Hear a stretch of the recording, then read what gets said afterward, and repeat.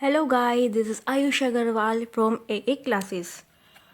हम कर रहे हैं the earth in the solar system, सौर मंडल में पृथ्वी, एनसीईआरटी क्लास 6 चैप्टर 1 ज्योग्राफी। आज हम इसका टॉपिक करेंगे द अर्थ, पृथ्वी। The earth is the third nearest planet to the sun. पृथ्वी सूर्य से तीसरा निकटतम ग्रह है। इधर ये हमने लास्ट वीडियो में भी करा था। फर्स्ट पे हमारा मरकर यानी कि बुध, सेकंड पे हमारा वीनस यानी कि शुक्र, थर्ड पे हमारा अर्थ यानी कि पृथ्वी। और सबसे बड़ा कौन सा था हमारा ग्रह? जुपिटर। कौन सा था? बृहस्पति। सबसे बड़ा बृहस्पति है। सेकंड नंबर पे सैटर्न है, थर्ड पे यूरेनस है, फोर्थ पे नेपच्यून है, फिफ्थ में हमारी अर्थ है, सिक्स्थ पे वीनस, सेवन्थ में मार्स, एट्थ में मरकरी। ठीक है, क्या क्या है हमारा साइज के अकॉर्डिंग, आकार के अकॉर्डिंग। सबसे बड़ा हमारा जुपिटर, ठीक है, उससे छोटा हमारा सैटर्न, यूरेनस, नेपच्यून। ये तो नंबर वाइज ही हैं। उसके बाद हमारा आती है यहाँ पे अर्थ। उसके बाद ये अर्थ और वीनस ट्विन ग्रह पढ़े थे हमने, ट्विन प्लैनेट्स हैं ये दोनों। तो ये है यहाँ पे हमारी अर्थ, उससे थोड़ा सा ही छोटा है वीनस, उससे छोटा है मार्स, फिर है मरकरी। ME लिख देते हैं उसके लिए, मरकरी। ठीक है, तो ये फिफ्थ नंबर पे हमारी अर्थ है। In the size it is the fifth largest planet. आकार में यह पांचवा सबसे ग्रह है, सबसे बड़ा ग्रह है।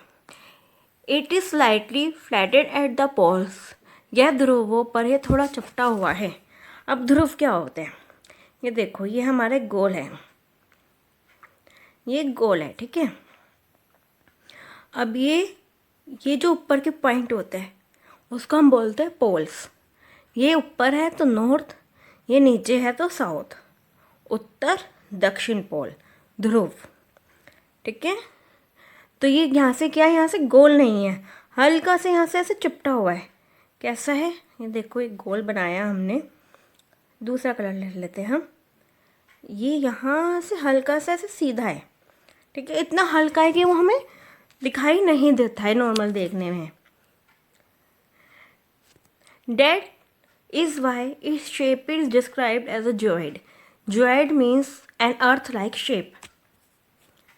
इसकी वजह से जो ऐसे पूरा गोल नहीं होता है, ठीक है, जो वैसे ध्रुवों पे से थोड़ा चपटा होता है, हल्का चपटा हुआ होता है यहाँ से ऐसे, उसको हम जियोइड शेप बोलते हैं।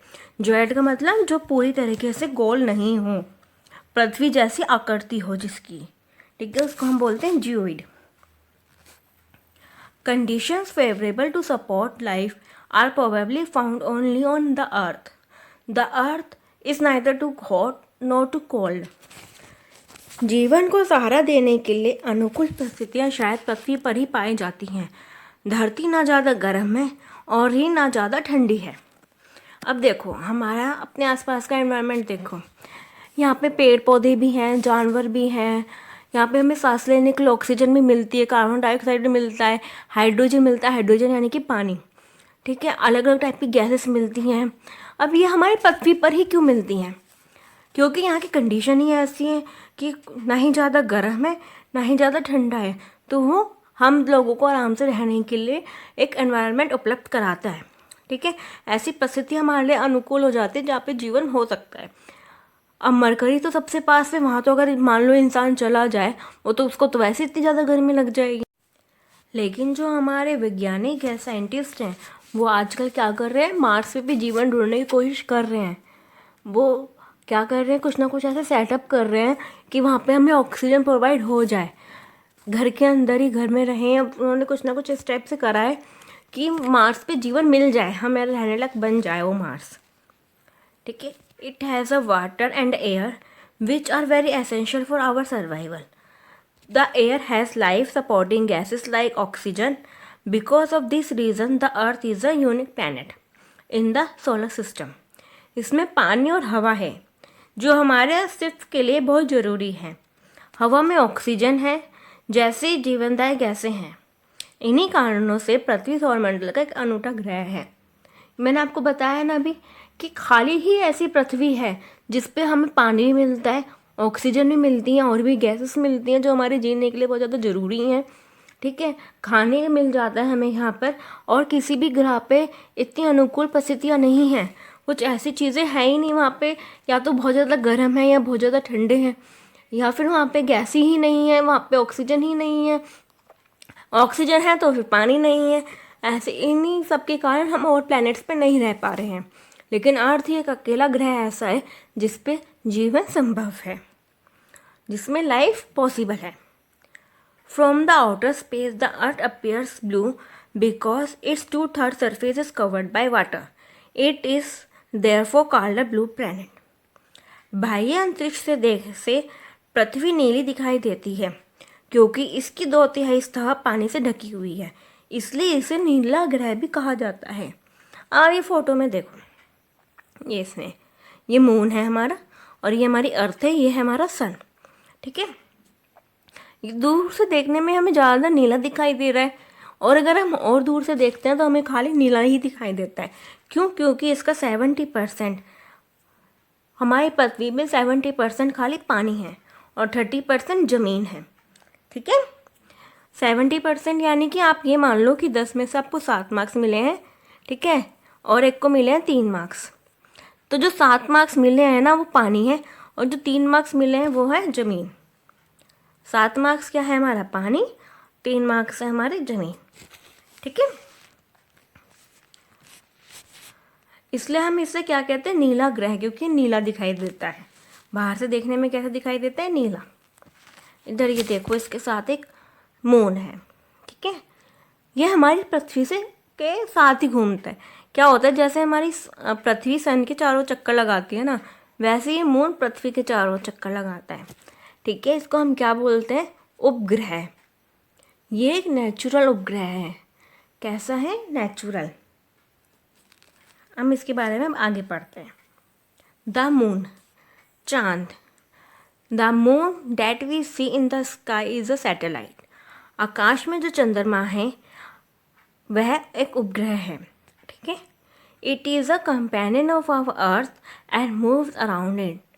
यह हमारे धरती का साथी है और इसके चारों चक्कर लगाता है। ये देखो, ये मून है, ये मान लो यहाँ पे अर्थ है। ठीक है, ये क्या है? अर्थ। अब मून क्या है? इसके चारों ओर चक्कर लगाता रहता है। ठीक है, जैसे हमारी सन, क्या हमारी अर्थ जो है किसके चारों चक्कर लगाती है? सन के। ठीक है, तो ऐसी मून क्या करता है? इसके चारों चक्कर लगाता है। देखो, ये हमारा एक सन है। ठीक है, ये हमारी इधर आ जाती अर्थ। क्या आ जाती है यहाँ पे? अर्थ, छोटी सी अर्थ। ठीक है, और इसके चारों कौन चक्कर लगाते हैं? मून। मून ऐसे चक्कर लगा रहा है इसके चारों, ये ऐसे चक्कर लगा रहे हैं इसके चारों। ठीक है, समझ में आया कुछ? Okay, like our earth there are 7 other planets that get heat and light from the sun. Some of them have their moons too. हमारे पृथ्वी की तरह 7 और अन्य ग्रह हैं जो सन से ही हीट और लाइट लेते हैं। हीट यानी कि ऊष्मा, लाइट यानी कि प्रकाश। ठीक है, अब हमने क्या पढ़ा था कि हमारे कितने ग्रह हैं? 8। Mercury, Venus, Earth, Mars, Jupiter, Saturn, Uranus, Neptune. ये हमारे 8 हैं। ठीक है, अब खाली हमें थोड़ी ना सूरज से गर्मी लेते हैं, उसकी धूप लेते हैं, बाकी सारे लेते हैं। सातों के सातों और भी लेते हैं, और उनमें से कुछ के पास अपने उपग्रह भी हैं। जैसे हमारे पास अपना चांद है, उनके पास भी और चांद है। लेकिन ये हमने पृथ्वी का जैसे चांद है, तो उन सब का अलग अलग अपना अपना नाम है। ठीक है, वो कौन कौन से हैं? वो है Jupiter, Saturn, Uranus, Neptune. Okay, our earth has only one satellite that is the moon. हमारी पृथ्वी के पास एक ही उपग्रह है जो कि है चांद। इस diameter is only 1/4 that of the earth. It appears so big because it's nearer to our planet than other celestial bodies. अब क्या है, अगर मान लीजिए हमारी पृथ्वी का डायमीटर क्या होता है? ये गोला लेते हैं, ठीक है, ये गोला लिया, जो इसकी चौड़ाई होती है इसको हम बोलते हैं डायमीटर। डायमीटर यानी कि व्यास। इसको आधा कर देते हैं, ये बन जाती है हमारी रेडियस यानी कि त्रिज्या। ये एक पॉइंट है जहाँ से खींचा गया गोला, ठीक है, जहाँ से हर जगह से इक्वल आएगा, ठीक है। तो इस पूरे की जो लाइन आती है उसको हम बोलते हैं डायमीटर। अब पृथ्वी का जितना डायमीटर है उसका 1/4 है चांद का। मतलब मान लो जैसे कि पृथ्वी का 16 है डायमीटर, कितना है 16 सेंटीमीटर। आपका जो एक सफ़ेद स्केल होता है ना ट्रांसपेरेंट वाला, उससे 1 सेंटीमीटर ज़्यादा, वो 15 सेंटीमीटर का उधर से आप लाइनें खींचते हैं, उससे 1 सेंटीमीटर ज़्यादा 16 सेंटीमीटर का, ठीक है। ये हम एग्जाम्पल ले रहे हैं, पृथ्वी का डायमीटर इससे बहुत कहीं ज़्यादा है। अब मून का कितना डायमीटर बोल रहे हैं, इसका 1/4 यानी कि कितना हो गया 4, ठीक है, 1/4 होता है। ये हम एग्जाम्पल ले रहे हैं, ये ऐसा नहीं है कि 16 ही होता है 4 ही होता है। इसका इन दोनों का डायमीटर कहीं ज़्यादा होता है, बहुत कहीं ज़्यादा होता है। और ये हमें बड़ा इसलिए दिखाई देता है और साफ और बड़ा इसलिए दिखाई देता है, सन के मुकाबले हमें साफ भी दिखाई देता है और बड़ा भी दिखाई देता है। क्यों? क्योंकि हमारी पृथ्वी के पास में है। सन तो बहुत दूर है ना, 150 मिलियन किलोमीटर, और ये कितना है, ये बहुत पास में है, इसलिए हमें ज़्यादा बड़ा दिखाई देता है। और आगे और जो खगोलीय पिंड होते हैं उसके अलावा और भी उनके मुकाबले और बाकी सारे छोटे छोटे दिखाई देते हैं। It is about 3,84,400 kilometre away from us. यह हमसे करीब 3,84,400 किलोमीटर दूर है। The moon moves around the earth in about 27 days. It takes exactly the same time to complete one spin. ये क्या है, एक गोला है, ठीक है, यहाँ पे हमारी अर्थ है, ये हमारा मून है। अब क्या है कि मून भी हमारे चक्कर लगा रहा है, मून क्या कर रहा है, हमारा एक चक्कर लगा रहा है, और ये अपने इस अक्ष पे भी ऐसे ऐसे घूम रहा है, ऐसे ऐसे घूम रहा है ये, ठीक है ना। जैसे एक चीज़ मान लो आप अपनी जगह पे खड़े होके गोल गोल घूम जाओ, और एक होता है आप अपने पैरों से चल के गोल घेरा खेल कंप्लीट कर लो। जो आपने गोल घेरा कंप्लीट किया, ठीक है, वो ये हो गया। दोबारा से करते हैं एक बार। जो आपने गोल घेरा कंप्लीट किया वो ऐसे हो गया। जो आप अपने ही पैरों में ऐसे गोल गोल गोल गोल चक्कर लगाते हुए जा रहे हैं, ठीक है, वो कौन सा हो गया, वो ऐसे ऐसे ऐसे ऐसे हो गया, ठीक है। तो ये ऐसे ऐसे अपने ही अक्ष पे कितने दिनों में चक्कर लगाते हैं, एक पूरा 27 दिन में, यानी कि वो एक ऐसे ऐसे ऐसे ऐसे कितनी बार घूम पाते हैं, 27 दिन में। और 27 दिन में ही क्या होता है, वो पृथ्वी के चारों ओर ऐसे ऐसे घूम पाता है, ठीक है। तो क्या होता है, हमें एक बार में बस उसका एक ही साइड दिखाई देता है। अगर हमें ये साइड दिखाई दे रहा है ना, तो हमें मून का यही साइड दिखाई देता है। और हमें उसमें धब्बे भी दिखाई देते हैं, ये ऐसे ऐसे काले काले धब्बे दिख रहे हैं ना, ये देखो, ये हमें क्यों दिखाई देते हैं, ये क्या है ना, चांद के ऊपर बहुत सारे पहाड़ हैं, गड्ढे हैं, बहुत गड्ढे हैं, वहाँ पे ऑक्सीजन लेवल भी इतना नहीं है जितना यहाँ पर है, ठीक है। तो क्या होता है, यहाँ से जब पूर्णिमा का पूरा दिन आता है, हमें पूरा चांद दिखाई देता है। उस दिन चमकता हुआ भी ज़्यादा दिखाई देता है क्योंकि वो पूरा है। तो उस दिन क्या होता है, ये गड्ढे होते हैं और जैसे पर्वत है, पर्वत की जैसे छाया पड़े तो वो काले काला सा दिखाई देता है। तो उस काले काले के चक्कर में ये हमें धब्बे दिखाई देते हैं चांद में, ठीक है। The moon does not have any conditions favourable for life. It has mountains, plains and depression on its surface. This cast shadow on the moon surface. चंद्रमा की जीवन के लिए अनुकूल परिस्थितियाँ नहीं है। इसकी सतह पर पहाड़, मैदान और अवसाद हैं। ये चंद्रमा की सतह पर छाया डालते हैं। पूर्णिमा को इन छाया को हम देख सकते हैं, ठीक है। यही जो मैंने अभी आपको बताया, चांद में पहाड़ भी हैं, मैदान भी और गड्ढे भी हैं, तो इन सबको एक छाया बन जाती है, शैडो बन जाती है। जैसे कि धूप में हमारी परछाई दिखाई देती है ना, काली काली सी, जिस एंगल में हम खड़े हैं, पीछे साइड में कहीं ना कहीं दिखाई दी जाती है धूप में। तो वैसे क्या होता है, कि रात के टाइम पे हमें मून की छाया दिखाई दे जाती है, धब्बे धब्बे नहीं होते एक्चुअली में, ये इसके पहाड़ों की या फिर गड्ढों की परछाइयाँ होती हैं जो हमें दिखाई देती हैं। Interesting fact, Neil Armstrong was the first man to step on the surface of the moon on 20 July 1969. Find out whether any Indian has landed on the moon. Neil Armstrong पहले व्यक्ति थे जिन्होंने 20 जुलाई 1969 को सबसे पहले चंद्रमा की सतह पर कदम रखा था। नील आर्मस्ट्रॉन्ग सबसे पहले व्यक्ति थे जिन्होंने चंद्रमा की सतह पर कदम रखा था। ठीक है, अब ये आपका काम है कि आप ये मालूम करेंगे कि कौन सा भारतीय चंद्रमा में गया था।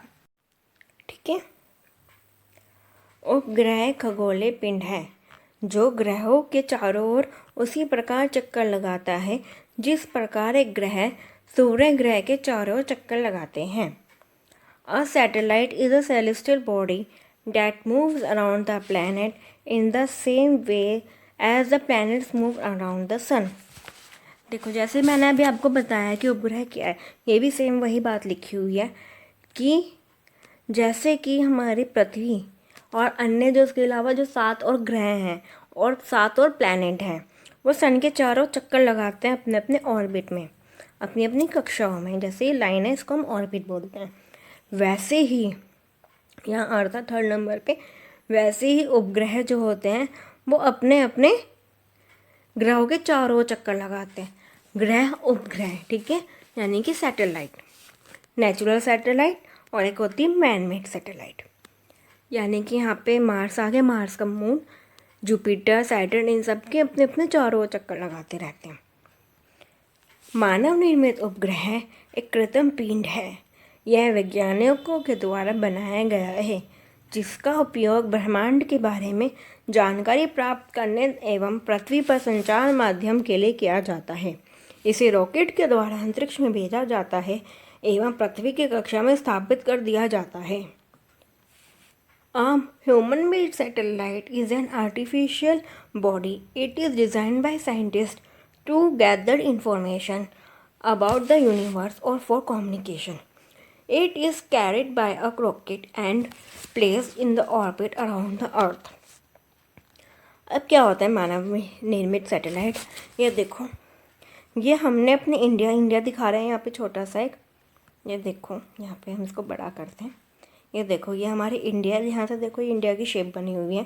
यहाँ से हमने एक रॉकेट लॉन्च किया, ठीक है, रॉकेट लॉन्च किया, रॉकेट जा रहा है, इसका एक भाग जो है अलग अलग होते जाते हैं, ठीक है, अलग अलग भाग होते जाते हैं। ये अलग, पीछे वाला अलग टूट गया, ठीक है, आगे वाला अलग टूट गया, तो बीच का हिस्सा था वो खुल गया, वो खुल के कुछ कुछ ऐसा हो गया। ये होती है सैटेलाइट। अब ये सैटेलाइट ऑर्बिट में कैसे फिक्स करते हैं? इनको हम अपनी पृथ्वी से इतनी तेज़ गति में भेजते हैं कि ये उसी ऑर्बिट में घूम जाए जिसमें हमारी पृथ्वी घूम रही है। जैसे ये हमारी ऑर्बिट है, यहाँ पे पृथ्वी है, ठीक है, ताकि क्या हो, सॉरी ये डेट हो गया, ये इसी ऑर्बिट में भेज दे ताकि हमें पृथ्वी के बारे में और जानकारी मिलती रहे। और इससे हम वायरलेस टेलीफोन वगैरह यूज़ करते हैं, जो मोबाइल फ़ोन पे बात कर पाते हैं, वो इसी के थ्रू हो पाता है। जो हम रेडियो सुन पाते हैं, टीवी देख पाते हैं, क्या होता है, यहाँ से रेज़ यहाँ जाती है, यहाँ से रेज़ यहाँ आती हैं, इसी वजह से वो आसानी से हम लोग बात कर पाते हैं। अंतरिक्ष में उपस्थित कुछ भारतीय उपग्रह हैं: INSAT, IRS, EDUSAT. Some of the Indian satellites in the space are INSAT, IRS, EDUSAT. ठीक है, सैटेलाइट्स के नाम होते हैं। अगर वो नाम नहीं रखेंगे ना तो कन्फ्यूज़न रहेगी कि हमें किस सैटेलाइट से कौन सा चीज़ आ रही है या फिर हम किस सैटेलाइट को कौन सी चीज़ दे रहे हैं। ठीक है, इसलिए हमने इसका नाम रख रखा है। और ऐसा भी होता है कि पहले कौन सी सैटेलाइट करी फिर दूसरी कौन सी गई, इसका नाम भी तो रखना ज़रूरी होता है ना। जैसे कि मम्मी पापा अगर आपका नाम नहीं रखें तो क्या कहेंगे, पहला बच्चा दूसरा बच्चा, ऐसा तो नाम याद नहीं रहेंगे ना। तो इसलिए क्या करें, इसका एक नाम दे देते हैं। जैसे कि इनसैट दे रखा है, IRS दे रखा है, EDUSAT दे रखा है, इन सबको एक नाम दे रखा है सैटेलाइट्स का। ये कुछ इंडियंस नाम है जो हमारी इंडिया ने के साइंटिस्ट ने भेजी है। ठीक है, ऐसी और भी सैटेलाइट्स है जो इंडिया की हैं और ऐसे बाकी देशों की भी है। ठीक है गाइस, आई होप कि आपको ये समझ में आ रहा हो। अगर कुछ क्वेरीज है तो कमेंट डाउन करना, मैं उसका आंसर दूंगी। ठीक है, अगर वो नहीं तो फिर उसको नेक्स्ट वीडियो में पक्का एक्सप्लेन करूँगी। अगर आपको मेरी वीडियो अच्छी लग रही हो तो लाइक शेयर और सब्सक्राइब जरूर कीजिएगा। Thank you very much.